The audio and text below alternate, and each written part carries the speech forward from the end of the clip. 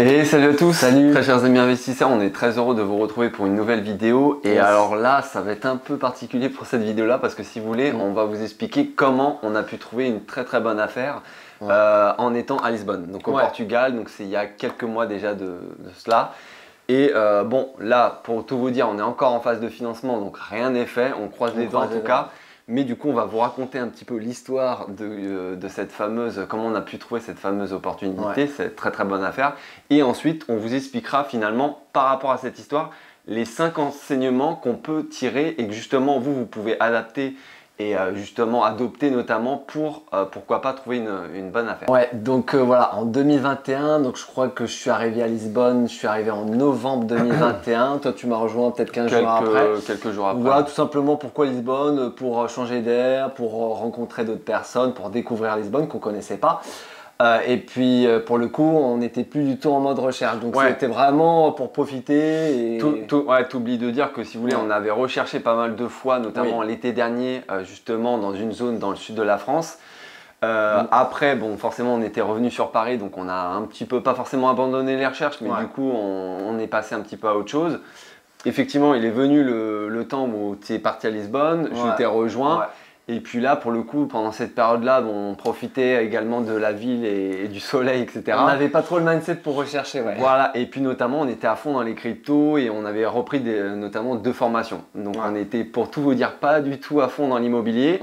Et si vous voulez, donc comme on avait notamment créé un bon réseau à l'époque, donc l'été dernier, il y avait quand même pas mal d'agents, que ce soit des agents immobiliers indépendants, où on avait vraiment très bien sympathisé, et un dont on connaissait très bien notamment. Dont on a un très bon contact et qui d'ailleurs n'hésitait pas, même avant Lisbonne, à nous envoyer quelques bonnes affaires, mais pour le coup, c'était vraiment pas de très bonnes affaires. Ouais, mais après, c'est vrai qu'il était en veille continuellement par rapport à ce qu'on lui avait demandé. Par rapport aux critères. Et puis voilà, début décembre, il est revenu vers nous, donc je me souviens très bien, c'était un lundi. Et si vous voulez, donc il nous a envoyé une annonce. Au début, on s'est regardé avec Jérôme, on n'a pas trop compris parce qu'on s'est dit, ouais, c'est quoi ça? C'était pas top. Enfin, on n'avait pas bien regardé, pour tout vous dire. On était dans les cryptos, donc c'est pour ça qu'on n'a pas bien regardé au début. Et puis après, au bout de 30 minutes, 1 heure, à analyser vraiment que ce soit tous les chiffres, le nombre de lots, les travaux, etc. Parce que c'était quand même, il fallait le faire, le B.A.B.A. Et notamment les photos et la localisation par rapport au type de ville que c'était.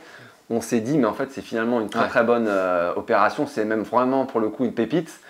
Et on a dit à notre contact, écoute, faut tout de suite qu'on se prononce et notamment à faire une offre au prix parce que si vous voulez, lui, pour le coup, c'est ce que j'allais dire. Il nous avait dit nous avait proposé pourquoi pas d'attendre quelques jours, quelques semaines parce qu'il allait avoir les fêtes de Noël et de pourquoi pas justement après faire une négociation. Mais on lui a expliqué que finalement, non, au vu du prix déjà, de la localisation, du nombre de lots, que c'était déjà une très bonne affaire. On s'est dit non, il faut absolument qu'on se positionne au prix et même tout de suite.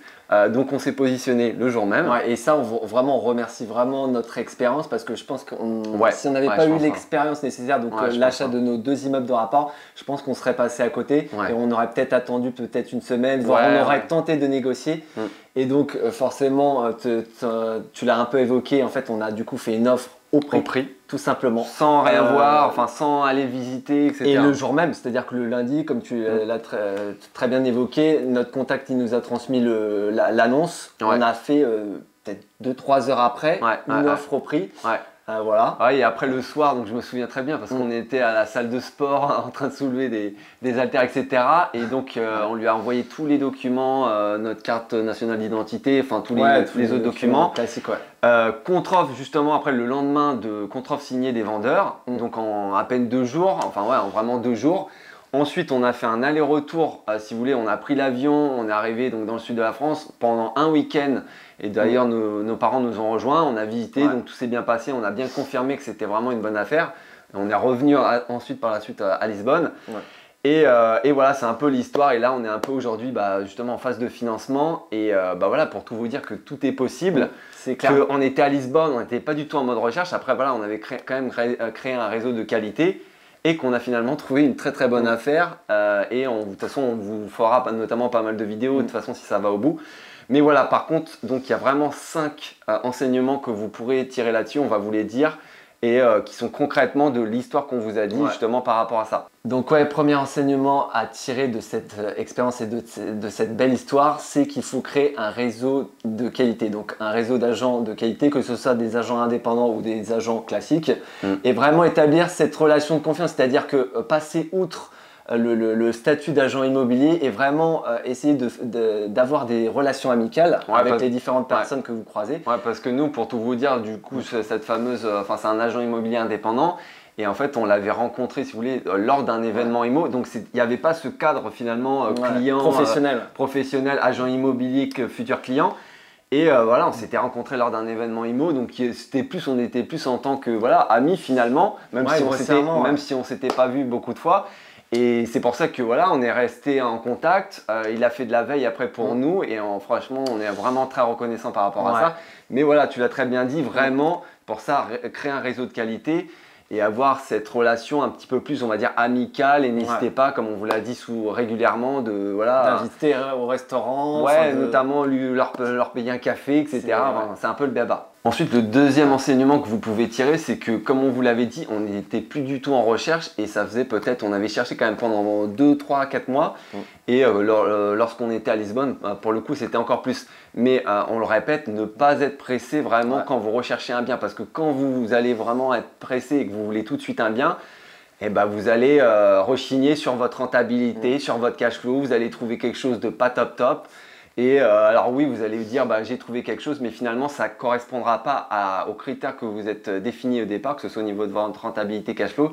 Et nous, c'est un peu ce qu'on a vu notamment aux personnes qu'on accompagne, c'est qu'ils désespèrent au bout de quelques semaines, quelques mois, pour finalement se dire pourquoi pas ce bien et pourquoi pas intéressant, mais finalement ça l'est pas du tout par rapport aux critères qu'ils nous avaient donnés au départ. Posez-vous la question, est-ce que c'est pas mieux d'attendre, je sais pas, 6 semaines, voire peut-être plus, et de trouver un bien qui correspond à vos critères et donc très intéressant, comparé à vous empresser tout de suite, à trouver un bien plus ou moins intéressant mais qui correspondait pas à vos critères de base et que par contre vous vous endettez sur 20-25 ans. Je ne sais pas quelle est la meilleure solution. Vaut mieux des fois effectivement attendre 3, 4 voire même 6 mois, 8 mois, 1 an et trouver vraiment le bien qui vous correspond par rapport à ce que vous voulez en termes de critères et autres. Et vous endetter, comme tu l'as dit, sur 20-25 ans plutôt que vraiment faire les choses à la va-vite et du coup vous endetter pour soit un tout petit cash flow, voire même vous êtes à l'autofinancement. Voilà. Ensuite, le troisième enseignement que vous pouvez tirer de cette histoire, c'est de se positionner super rapidement lorsque vous avez une très très bonne affaire qui arrive. Et nous, ça a été le cas. Comme on vous a dit, on a fait une offre au prix le jour même, on a fait des estimations un petit peu grossières en termes de travaux. Et comme on vous l'avait dit, c'est vrai ça nous a aidé le fait d'avoir pas mal d'expérience là-dedans, notamment de savoir faire des estimations de travaux. Et voilà, n'hésitez pas à vous positionner rapidement et ne serait-ce que éviter d'attendre quelques jours, ne serait-ce que de visiter et de vous positionner sur une affaire. Et là, je crois que l'agent immobilier nous avait dit, il avait reçu peut-être 10-15 appels le jour même. Et forcément, nous, on est venu, on s'est positionné au prix, donc forcément, il a bloqué tout de suite le bien. Et après, on a pu visiter tranquillement avec nos parents le week-end juste après. Et après, ça ne vous empêche pas, ne serait-ce que si vous avez vu, il y a 2-3 éléments que vous n'avez pas vus lors des photos et de l'annonce qui remet en doute la rentabilité de votre projet, vous pouvez totalement après sortir de la vente. Et même 10 jours après, vous avez les fameux 10 jours de rétractation après le compromis. C'est dire. Donc voilà, comme on vous a dit, quand il y a vraiment une très très bonne affaire, que vous le sentez vraiment et qu'il y a beaucoup de monde derrière, n'hésitez pas à bloquer, notamment à bloquer. Forcément, si vous faites une offre au prix, vous bloquez le bien. Et puis après, comme tu l'as très bien dit, vous pouvez vous sortir à tout moment de la vente. Tout à fait. Quatrième enseignement qu'on a pu en tirer de cette histoire, c'est qu'il ne faut pas tenter le diable, il ne faut pas tenter une grosse négociation ou même une petite négociation, ne serait-ce que de 5 000 euros, quand c'est une très très bonne affaire. Là, pour le coup, c'était le cas. On l'a très vite compris, franchement, ne serait-ce que par notre étude de marché, notre étude, nos calculs, etc. Au bout de 30 minutes, 1 heure, on a vite compris que c'était une très très bonne affaire. Et on a vite compris au final qu'il y allait avoir 15, 20, peut-être 30 investisseurs qui allaient se positionner très rapidement. Et puis c'est vrai qu'on a entendu pas mal d'histoires d'investisseurs qui sont passés à côté de nombreuses affaires parce qu'ils ont tenté de négocier. Et honnêtement, quand vous avez une très très bonne affaire déjà sur le papier, que vous pouvez l'optimiser, parce que là c'est un peu le cas. Alors c'est une bonne affaire. Si vous voulez, on est dans une grosse ville, donc déjà il y a un autofinancement quand même assez conséquent. en louant tout en nu. Après, il y a vraiment une optimisation, que ce soit en faisant des longues durées meublées de qualité, voire même de la LCD. Mais voilà, quand c'est une très très bonne affaire, que vous les avez un bien pendant 20-25 ans, qu'est-ce que c'est une négociation de 5 000 € si déjà sur le papier c'est très très intéressant et que vous avez du monde qui est prêt à se positionner au prix. Donc voilà, ça c'est vraiment un enseignement qu'on a pu tirer de cette histoire. Et je vous invite aussi à, si vous avez la chance d'avoir une bonne affaire sur le papier, à voilà, vous positionner au prix et ne pas vouloir gratter, on va dire, 5 000 €, quoi. Dernier enseignement qu'on a pu tirer de cette histoire, c'est qu'il faut toujours mener une relation gagnant-gagnant. Donc là, forcément, c'est avec l'agent immobilier en question. Mais du coup, concrètement, qu'est-ce qui s'est passé? Du coup, c'est notre agent immobilier. Enfin, ce n'est pas lui qui n'avait la vente. C'est très important à vous préciser. Très important à savoir, c'est pas lui qui avait le mandat. Tout simplement, il était en mode chasseur immobilier. Il nous a trouvé cette pépite, du coup forcément on est passé via un autre agent immobilier pour justement la négociation et pour la vente.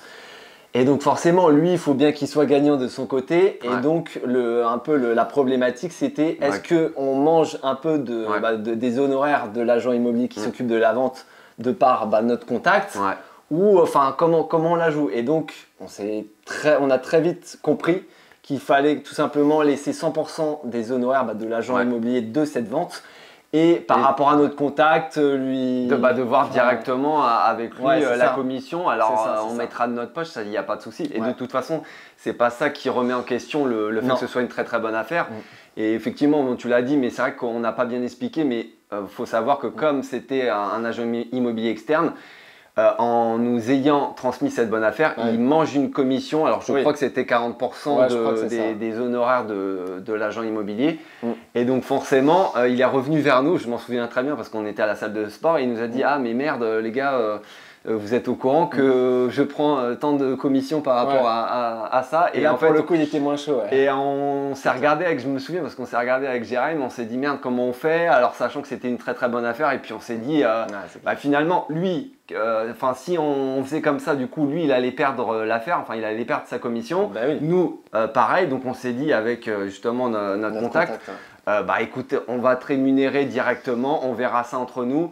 Dis-lui que lui, dit que par rapport à l'agent immobilier, il prendra 100% de ses honoraires. Et nous, on se fait un arrangement. Voilà, on se fera un arrangement à l'amiable. Mais voilà, c'était pas tellement une bonne affaire qu'on s'est dit que voilà. Et comme tu l'as très bien dit, penser toujours gagnant-gagnant. Et si on n'avait pas fait ça, malheureusement, je pense que on serait passé à côté de l'affaire, puisque à mon avis, il avait énormément d'autres demandes. Je pense qu'il avait 10-15 personnes qui étaient très intéressées, donc il aurait choisi une autre personne plutôt que nous. Avec 100% de sa commission, ce qui est tout à fait logique. Normal. Donc voilà, je pense que on vous a raconté un petit peu l'histoire de comment ça s'est passé et vous voyez que les 5 enseignements, honnêtement, c'est du pur concret puisque c'était en fonction de notre histoire. N'hésitez pas justement à utiliser ces enseignements par rapport à vous si vous êtes peut-être en recherche. Et puis après, on vous souhaite de toute façon le meilleur, mais voilà, tous les conseils qu'on vous a donnés, c'est vraiment important à les appliquer. Et n'hésitez pas à vous remettre en question. Enfin, nous, vous voyez, c'est de par un peu notre expérience au final qu'on a pu bien se positionner par rapport à cette vente et notamment par rapport aux différentes problématiques. Et donc, on vous invite à faire de même malgré si vous n'avez pas beaucoup d'expérience. Donc voilà, on espère que cette histoire vous aura plu. Nous, c'est vrai que du coup, on est super contents. Bon, rien n'est fait encore une fois, donc on vous dira notamment si vous nous suivez sur Instagram ce qu'il en est. Et écoutez, n'hésitez pas à liker cette vidéo, n'hésitez pas à nous mettre un petit commentaire de ce que vous en avez pensé. N'hésitez pas à vous abonner si ce n'est pas encore fait. On vous le répète souvent, mais ça nous fait très plaisir et ça nous encourage parce que c'est pas évident, notamment à vous faire des vidéos. À vous en refaire et puis on se retrouve pour une prochaine vidéo. Salut. Ciao.